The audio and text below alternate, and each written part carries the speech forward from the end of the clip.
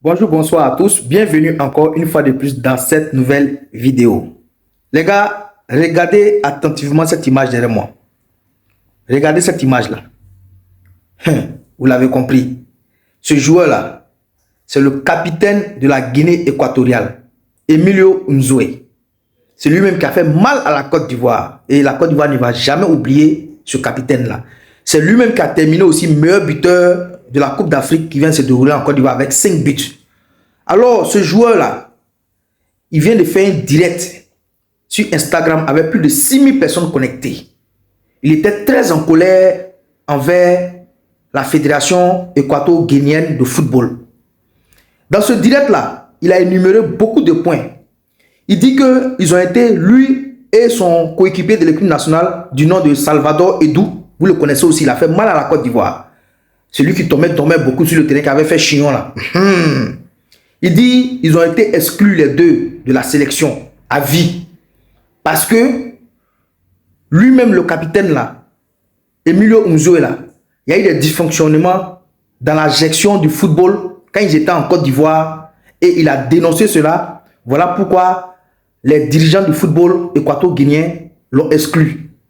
Et son compatriote là, ou bien son coéquipier en équipe nationale là, Salvador Edou là, lui à son tour, il paraît qu'il a dérobé un coffre dans l'hôtel là où j'étais en Côte d'Ivoire là. Il a pris un coffre, il voulait voyager avec pour quitter la Côte d'Ivoire.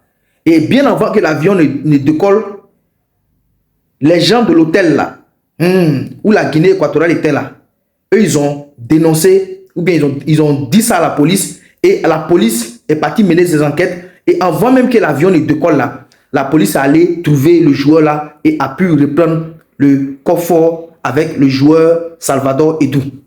Et donc lui aussi là, comme il s'est comporté comme ça, selon les autorités ou bien les gérants du football équato-guinéen ou bien la fédération, pour eux là, Salvador Edou a mis la honte sur les joueurs ou bien sur la sélection équato-guinéenne.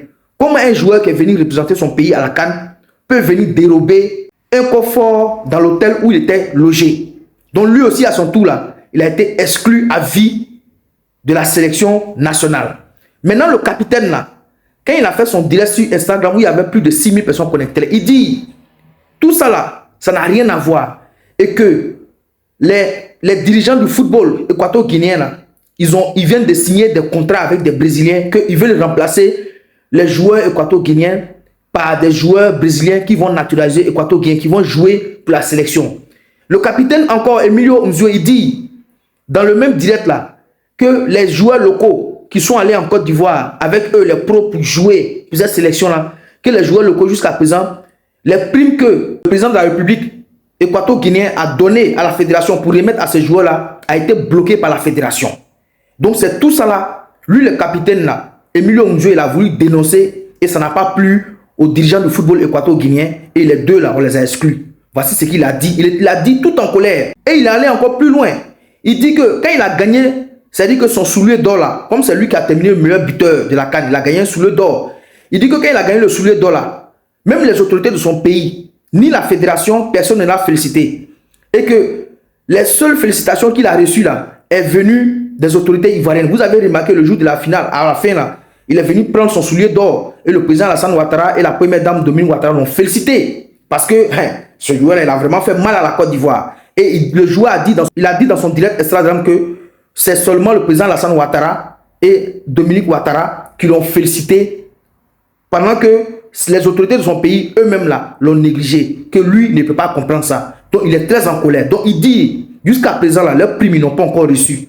Même les joueurs locaux qui ont composé cette sélection pour qu'ils puissent jouer là, ils n'ont pas encore reçu. Il dit même quand ils sont allés jouer les premiers matchs contre le Nigeria là, il n'y avait pas de choisi, même les maillots pour habiller l'équipe, tout ça là, il n'y en avait pas. Il y avait beaucoup de choses vraiment qui n'allaient pas dans cette équipe, mais quand même, eux, ils ont joué avec le cœur pour pouvoir représenter leur pays. Donc c'est tout ça qu'il a dénoncé, c'est pour ça qu'on l'a exclu. Mais moi, tout ce qu'il peut dire dans tout ce qu'il vient de citer là, moi, il pensait que Jean a fait du football là, c'est en Côte d'Ivoire, même qu'il y avait des problèmes seulement dans la fédération.